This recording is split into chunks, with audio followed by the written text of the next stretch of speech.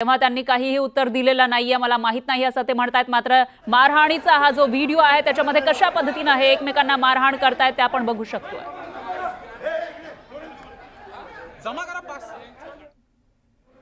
तर विधिमंडळ परिसरातली ही दृश्य, या ठिकाणी पडळकर आणि आव्हाडांचे कार्यकर्ते एकमेकांना मारहाण करताना दिसतायत, एकमेकांची कॉलर पकडून मारहाण करताना दिसून येत आहेत। तर एकाच्या शर्टचे बटन सुद्धा तुटल्याचं आपण या दृश्यांच्या माध्यमातून बघू शकतोय। एक्सक्लुझिव्ह अशी ही दृश्य आहेत विधिमंडळ परिसरातली। सध्या अधिवेशन सुरू आहे, पावसाळी अधिवेशन सुरू आहे आणि हे अधिवेशन वादळी ठरतंय। सभागृहामध्ये चर्चा होतीये, मात्र त्याचबरोबर सभागृहाच्या बाहेर विधिमंडळ परिसरामध्ये अशा पद्धतीने खटके उडाल्याचं आपण बघितलं होतं नेत्यांचे, आणि त्यातच आता कार्यकर्ते भिडल्याचं दिसून येते। आणि या विषयी अधिक माहितीसाठी आपले प्रतिनिधी राहुल झोरी आपल्यासोबत जोडले गेलेले आहेत फोन लाईन वरून। राहुल, काय सांगाल?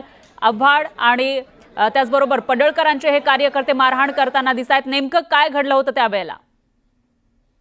खरं तर आजचा जो प्रसंग आहे त्याला खूप पाठपुरावा जर बघितला एकंदरीत, तर पार्श्वभूमी लक्षात घेतली तर मागच्या आठवड्याभरापासून जितेंद्र आव्हाड विरुद्ध गोपीचंद पडळकर यांच्या ज्या शाब्दिक चकमकी होत्या त्याच आज अखेर आता मारहाणीत रूपांतर झालेलं आहे। आपण बघतोय की नितीन देशमुख या व्हिज्युअल्स मध्ये दिसत आहेत, जे की आव्हाडांचे कट्टर समर्थक म्हणून ओळखले जातात। राष्ट्रवादी पक्षात गेले अनेक वर्षांपासून ते काम करतात। तर दुसऱ्या बाजूला पडळकर यांचे काही कार्यकर्ते दिसत आहेत, एकमेकांच्या समोर आल्यानंतर थेटपणे विधान भवनाच्या अगदी प्रत्यक्षपणे जिथून सुरुवात विधान भवनाच्या एंट्रीला होते त्या ठिकाणी मारहाण जी होताना दिसतोय। आपण बघतोय की 3 ते 4 कार्यकर्ते गोपीचंद पडळकर यांच्या सोबत ही लोक असल्याचं बोललं जातंय, मात्र अद्याप यांचं नाव आणि संबंधित कार्यकर्ते नेमकं कुठले आहेत हे देखील अजून स्पष्ट व्हायचं आहे।